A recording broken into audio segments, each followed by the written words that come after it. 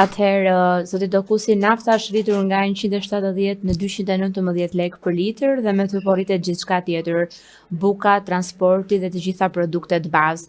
Ndërkohë që në vende si Italia ndërhyjnë duke ulur barrën fiskale dhe duke mbrojtur konsumatorin, në Shqipëri përgjegjësia duket se i lihet tregut. Në një kohë kur lufta dhe kriza globale po ndikon ekonominë botërore, pyetja që shtrohet është e drejtë për drejtë. Kush po e mbron qytetarin shqiptar dhe çfarë na pret në muajt që vijnë? Normalisht Shqipëria apo shqiptarët gjithmonë i kanë mbartur vetë mbi supet le të themi të gjithë bara. Le të themi rastin e uljes që bëri shteti në aksis, ishte në rreth 20% që bie diku ke 5 lekë, ndërkohë që nafta u rrit me 13 lekë. Pra është një ulje e papërfillshme fare, pa marrë llogarinë ose pjesën tjetër që ne e prodhojmë vetë naftën.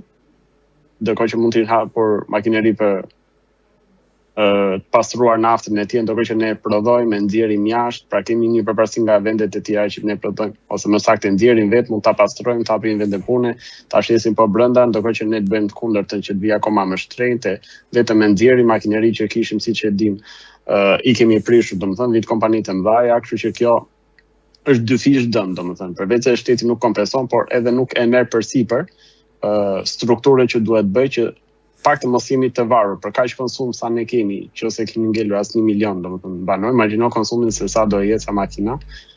Do të mund ta mbulonim komplet vetë po të hym kësaj ane, domethënë. Pra, ulja që bëri shteti ose që hapi pra bordin e dim edhe në pandemi, domethënë. Se Shqipëria u ndikoka nga çdo kanal, ishim 2021 ke Suezi, me aq konsum sa kemi ne u ndikuan, që s'kishte lidhje fare apo me luftën e Ukrainës, prapë u ndikuan. Ne dim që bordi edhe kur le të themi kur ulet çmimi, siç e shikoni në bursë, është publike dhe gjithë mund ta shohin.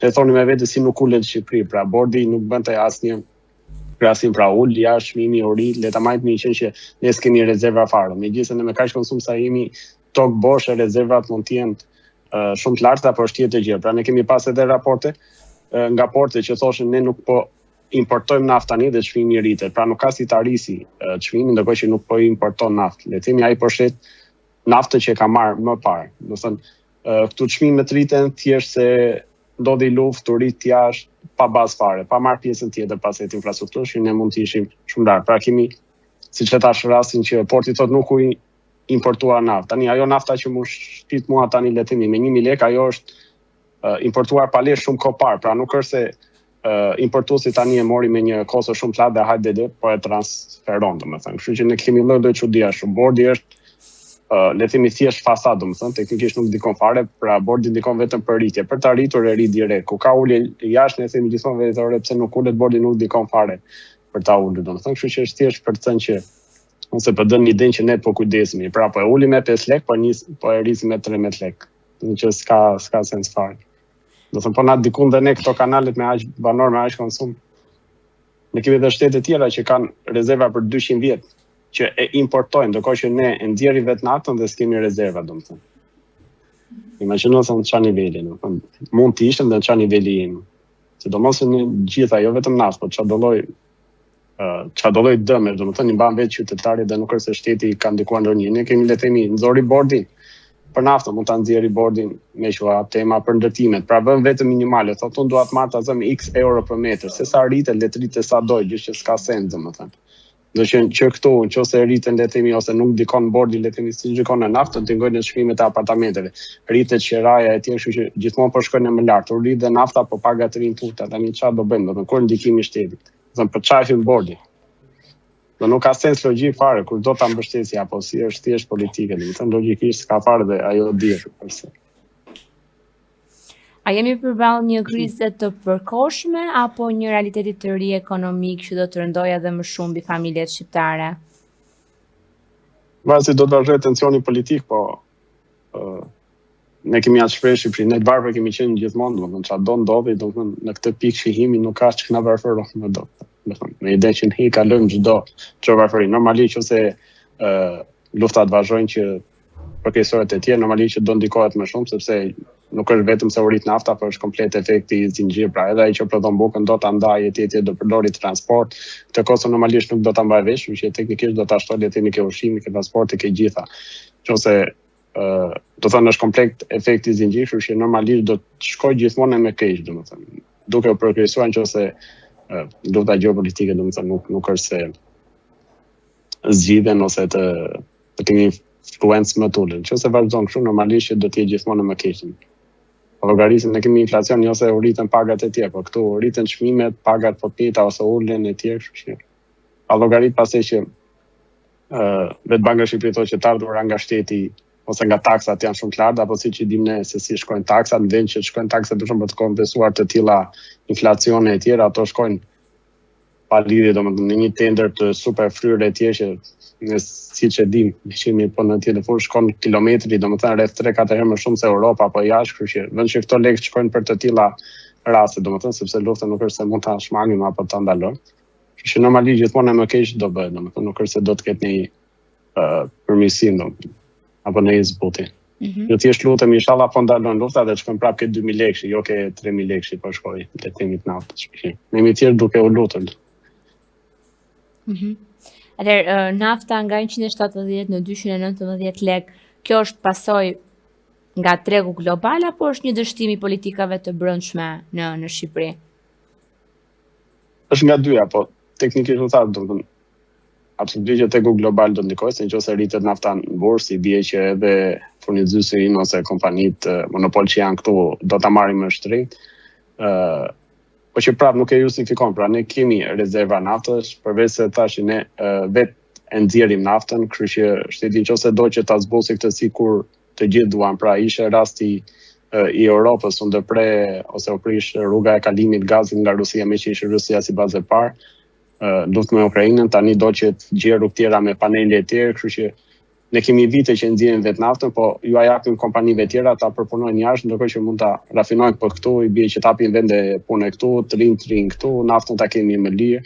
Pra, që këtu duket ideja se sa do shteti le të themi që të na ndihmojë ose jo vetëm na ndihmojë veten një për të ardhurat, se nëse ka policia më shumë, i bie që edhe shteti ka më shumë, kështu që nga kjo duket që është komplet, domethënë ndikimi i jashtëm është thjesht një arsye më shumë që është shqyrë dhe për rritin ke qytetarët, domethënë, kështu që ne dim pra edhe nëse jashtë ulet në bursë nafta, ne i shohim po tabelat njësoj pa ndryshuar, ama po u ri tabelat rriten direkt. Pse qeveria shqiptare?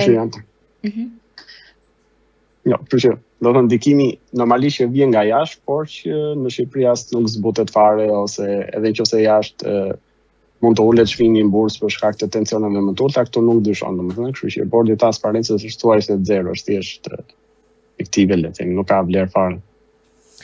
Bordi i transparencës është realisht një mekanizëm kontrolli apo është thjesht një fasadë që legjitimon rritjen e çmimeve? Kjo është një fasadë dhe është faktike, ne kemi ditë edhe në pandemi, kemi hasur jo vetëm tani, në pandemi thonim, okay, u rrit nafta në bursë sot, u rrit edhe tek ne, po e pranojmë. Pas jave ulej në bursë, ndërkohë që ne nuk ulej, domethënë, kështu që ishte bordi vetëm për të rritur naftën, për të ulur asnjëherë, domethënë, kështu që kjo është fakt, domethënë, përse ka nevojë apo me hendjen e një ekonomistit, atë e shohim gjithë këtë xhepat tonë, domethënë. Pra edhe në rast me që pandemia ka dhënë disa vite dhe ne ndjenim shumë domethënë gjatë 4 viteve domethënë rritjen e naftës, edhe ku ulej këtu në Shqipëri nuk ulej fare, domethënë, tabelat të rinin po njësoj derisa ngelëm natë çmim, domethënë. Tani vetëm rritet, domethënë, bordi i transparencës nuk bën asgjë, do ishte mirë të kishte bord transparencë jo vetëm për naftën, siç e tham për ndërtimet e tjera, duke qenë se është problemi kryesor. Mirë, naftën themi do lëvizim më pak, do lëvizim në këmbë, po të kishte bord transparencë edhe për ndërtimet do ishte shumë më mirë dhe për qytetarët dhe është e prekshme direkt. Kurse çmimet shteti bën të themi për ndërtime vetëm minimale, pra unë dua të marr kaq, se sa rritet dhe të vazhdoj çfarë doj. Edhe me naftën është po një gjë, nuk është se themi e vërtet realisht në një. A kemi një treg të lirë real për karburantët apo një oligopol që dikton çmimet pa konkurrencë?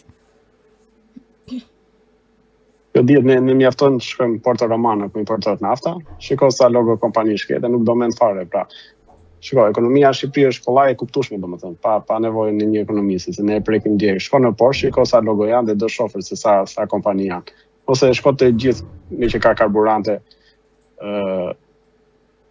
shumë lloje le të themi në Shqipëri e ri edhe survejoj gjitha dhe do të vi po makina, do të thënë botet e 1 ose 2 kompanie, domethënë monopole që janë. Kështu që ato normalisht që japin naftën e përcaktojnë dhe çmimin. Pra ai karburantit mund të fitoj Nëse rrit me 10 apo 20 lekë, do të thonë gjithë paraja shkon për monopolizmin, do të thonë nuk ka nevojë fare. Pra është e dukshme. Mjafton të shkosh në Porto Romano dhe do ta shohësh se kush e ruan naftën, domethënë, votet e kujt janë dhe sa kompani ke. Pra nëse kemi le të themi 200 lloje karburantesh, okay, me emra ndryshme që shohim gjithë Shqipëri, po shkojmë ke porti mund të kesh 3 lloje, domethënë, kështu që nga këtu e kupton, nuk është se do shumë mend, domethënë apo logjik ta kuptoj që themi monopol.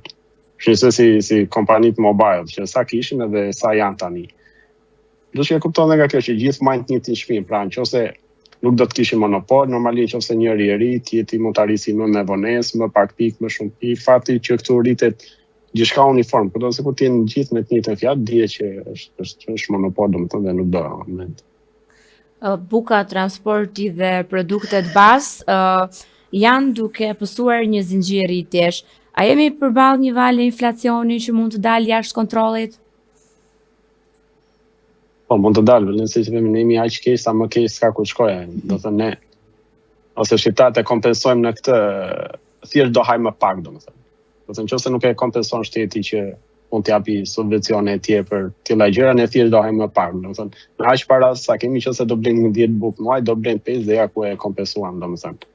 Kështu ne dim që ne jemi më keq dhe më keq s'ka, thjesht pra nuk është se do të ulim konsumin le të themi për ta kompensuar. Domethënë shqiptarët këtë gjë bëjmë, gjithmonë varfërohen, pra vetëm ulin konsumin në çdo gjë. Nëse do bleni 5 rroba në muaj, tani do të blejnë 2 rroba, domethënë për të kompensuar atë që shteti nuk e bën, domethënë. Megjithëse taksat i mbledh komplet sakta në kohë e tjerë, nuk bën asgjë. Kështu që teknikisht ne vetëm do të ulim konsumin për të kompensuar atë inflacion, domethënë nuk ka zgjidhje tjetër dhe po duam. Thjesht do të dalë më pak dhe s'kan çfarë bëjnë.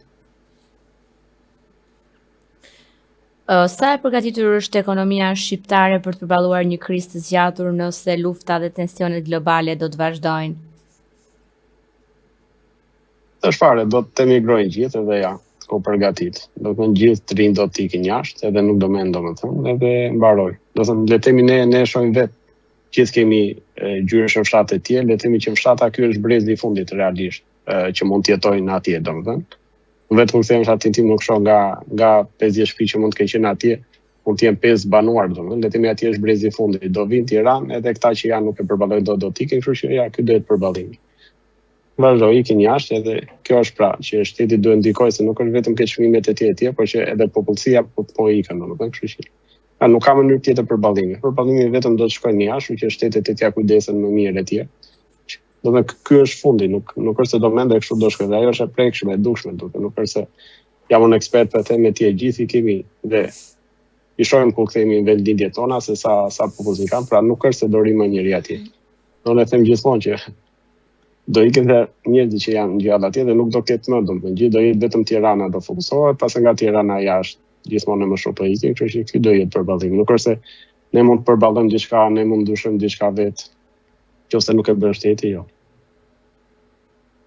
Çfarë do të ndodhë në muajt në vijim? A pritet një stabilizim i çmimeve apo një tjetër rritje që do të godasë edhe më fort familjet shqiptare? Themi ne jemi ndor, ne më fort kemi kur goditemi, ne jemi ndor të luftave, domethënë po ulet tensionet, hajde dhe do na ulet nafta dhe do jemi po këtu ku jemi. Do të nuk është se jemi mirë, por e zëm se do kthehemi ku ishim dje, domethënë pas e tite, kush që nuk është, ne thjesht presim, domethënë. Presim dorë të luftës, jo dorë të shtetit. Nëse po ulen tensionet, atë dhe po ulet çmimi edhe po jemi po aty ku ishim dje, po harxojmë pakës më pak, nuk është se. Nuk është ndonjë problem se do ta zgjidhim gjithsesi. Nëse shteti nuk vepron, do të ikin gjithmonë etj, do rri dhe pa kosa të marrin studime të rinë, do të thonë ky do jetë fundi. Nuk është se çdo lloj gjë ndodhi ndikimin nga jashtë, ne do t'i japim zgjidhje vetëm. Pra iku kjo besimi fare në atë kapacitet shtetëror domethënë për të dhënë zgjidhje. Se nuk duan ose nuk munden teknikisht. Në fund, pyetja që shqetëson çdo familje është që si do të jetojë shqiptari mes kësaj krize, do të përshtatet, do të varfërohet apo do të largohet? Asgjë. Do të përshtatet, do uli konsumin, do nxjerrë ato kursime që ka, pastaj nëse larg shohë biznes mund të kursimet ikën se shteti nuk bëri gjë. Do të bëj varfërim akoma më shumë, do të thënë nuk ka çat përshtatje nëse unë pagën e kam njësoj dhe çmimet rriten, nuk ka si të përshtatem, është matematika. Nëse marr 10 lekë po arma produkti i çmimit rriten, nuk ka si të mdal, do të thënë nuk është se do menda, është matematika tjetër, kështu që kjo do jetë. Do hajmë më pak ose do të ikën, pasi nuk ka zgjidhje tjetër. Që ne po e shohim emigrimin me sa është, edhe se si do të bëhet. Do të dhe po mos kishte ndot lufta nuk ka lidhje fare. Shqiptarët gjithmonë po emigrojnë, nuk është se na u rit në 10 lekë, 20 lekë nafta dhe hajde. Ne prandaj marrim çdo gjë që të varfër jemi, ku të shkojmë më shumë domethënë. Që ky do të jetë emigrim, nuk ka zgjidhje tjetër fare domethënë. Jo vetëm pleksa, dhe sikur do të kjo ne vazhdojmë me ikën dhe nuk na ka lidhje fare se u rizit 20 lekë. Do bëjmë një rrugë më shumë thënë dhe hajde denu. Po që ky do jetë fundi. Shumë faleminderit. Nëse vazhdojmë kështu, faleminderit. Apo falte të ndërpreva. Se nuk po vite zëri. Nëse vazhdojmë kështu, domethënë që nëse vazhdojmë që për çdo gjë le të themi për çdo ndikim botore etj që ne realisht nuk po na ka fare se na aq konsum sa kemi etj, do gjejmë prektesat e të rrisim çmimet, kështu që thjesht do të shtym migrimin më shumë, do në migrimin dhe kaq. Faleminderit shumë për kohën. Faleminderit. Mirupafshim dhe gëzuar Bajramin.